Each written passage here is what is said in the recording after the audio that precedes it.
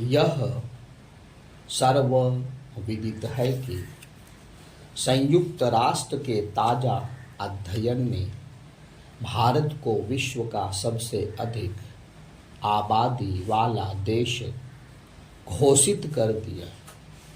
भारत की वास्तविक आबादी का पता तो जनगणना के बाद ही चलेगा, जो कि 2021 से लंबित है, लेकिन संयुक्त राष्ट्र के आकलन ने विश्व का ध्यान भारत की बढ़ती आबादी की तरफ खींचा है।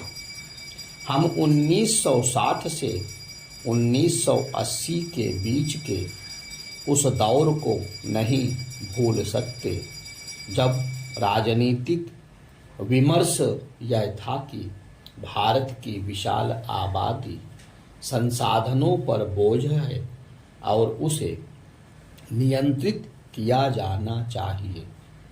आज भी बहुत से भारतीय यह मानते हैं कि देश की अनेक समस्याओं का कारण भारत की विशाल आबादी है। ऐसे लोग उन नीति नियंताओं को कठघरे में खड़ा करते हैं जिनकी अदूरदर्शिता के कारण आबादी पर अंकुश नहीं लगा और भारत आबादी के मामले में चीन से आगे निकल गया। भारत और चीन में अगर कोई अंतर था तो यह था कि आज़ादी के बाद भारत ने जहां लोकतांत्रिक प्रक्रिया अपनाई, वहीं चीन ने एक पार्टी के शासन को अपनाया। भारत के राजनीतिज्ञों ने लोकतंत्र को अपने ही निजी हित में अधिक उपयोग किया और यह बहाना गढ़ा कि लोकतांत्रिक व्यवस्था में चीजें धीरे काम करती हैं। यह सही नहीं, और इसका प्रमाण यह है कि कई लोकतांत्रिक देशों ने उल्लेखनीय प्रगति कर दिखाई है। पिछले कुछ समय से यह विमर्श सामने आया है कि देश की युवा आबादी का सही तरीके से नियोजन किया जाए तो भारत आर्थिक तौर पर एक महाशक्ति बन सकता है। नरेंद्र मोदी तो प्रधानमंत्री बनने के बाद से ही युवा आबादी के डेमोग्राफिक डिविडेंड की बात करते आ रहे हैं। प्रधानमंत्री मोदी लगातार यह कहते रहे हैं कि हमारी युवा आबादी देश की आर्थिक प्रगति की गाथा लिखेगी। निसंदेह ऐसा तभी संभव है जब उसका सही तरह नियोजन किया जाएगा। मोदी सरकार युवा आबादी के नियोजन के लिए लगातार योजनाएं भी बना रही हैं। इन योजनाओं के सामने सबसे बड़ी चुनौती वह शिक्षा व्यवस्था है जो पटरी से उतरी हुई है। यह ठीक है कि मोदी सरकार एक नई शिक्षा नीति लेकर आई है, पर उसके नतीजे आने में समय लगेगा। आज स्थिति यह है कि कुछ चुनिंदा विश्वविद्यालयों को छोड़कर बाकी सब जगह जो शिक्षा दी जा रही है उससे हमारे युवा सक्षम नहीं बन पा रहे।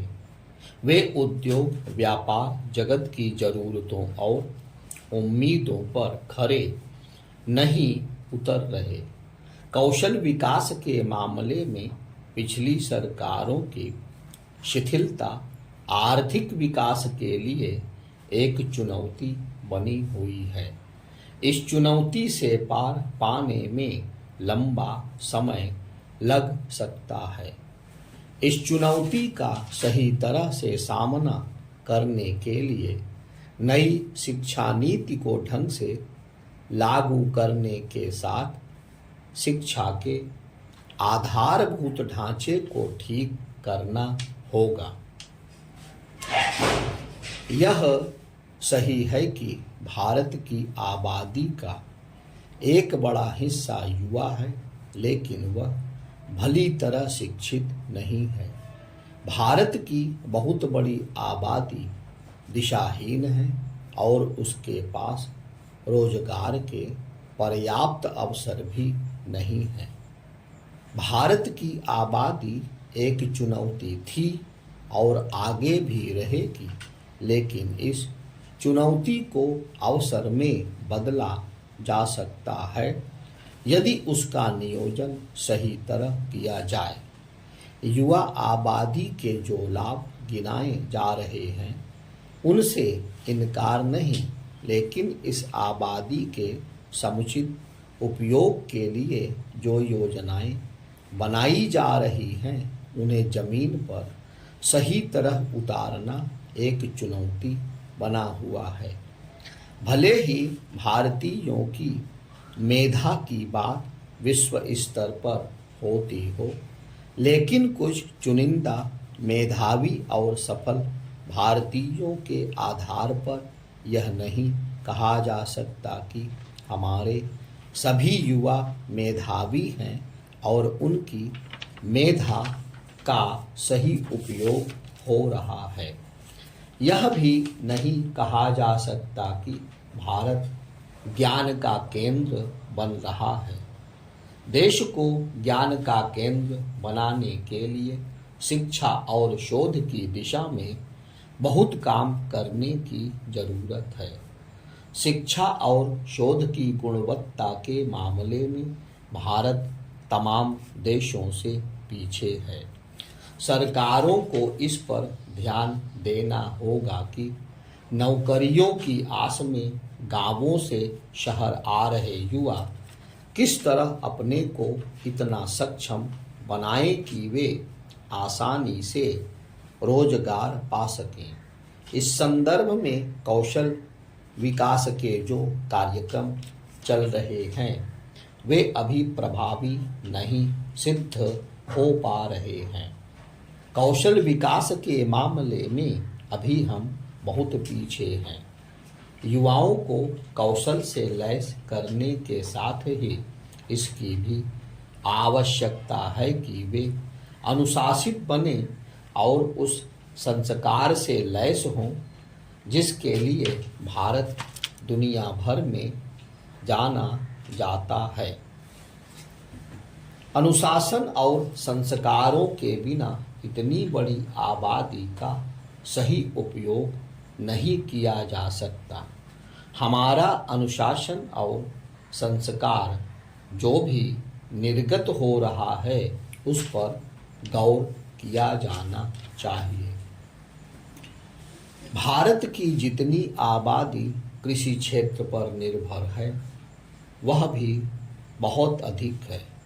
इतनी अधिक आबादी की कृषि क्षेत्र पर निर्भरता ठीक नहीं। चूंकि कृषि की उत्पादकता कम है इसलिए गांवों से शहरों की ओर पलायन हो रहा है।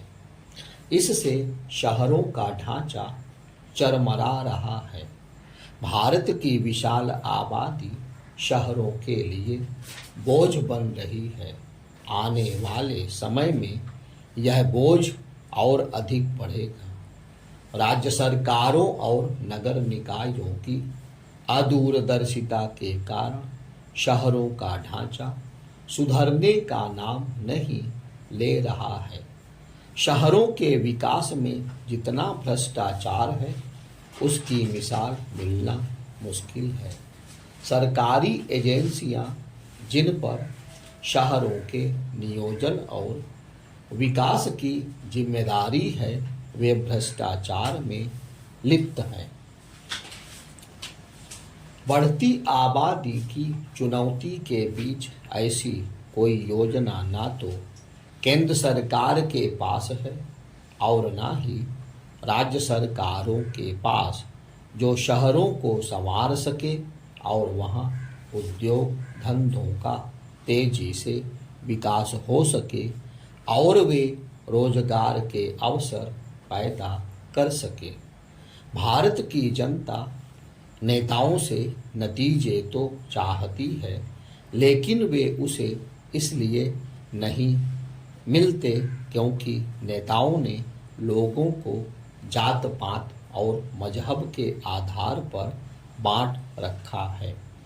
खुद भारतीय जनता आधारित